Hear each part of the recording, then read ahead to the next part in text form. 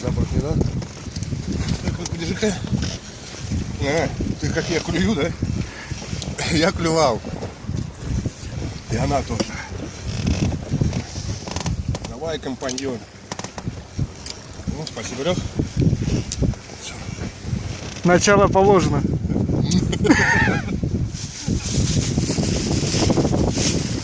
Че, а как же я по прицелу поймал, опустил? Я сейчас тебя быстрее отпущу.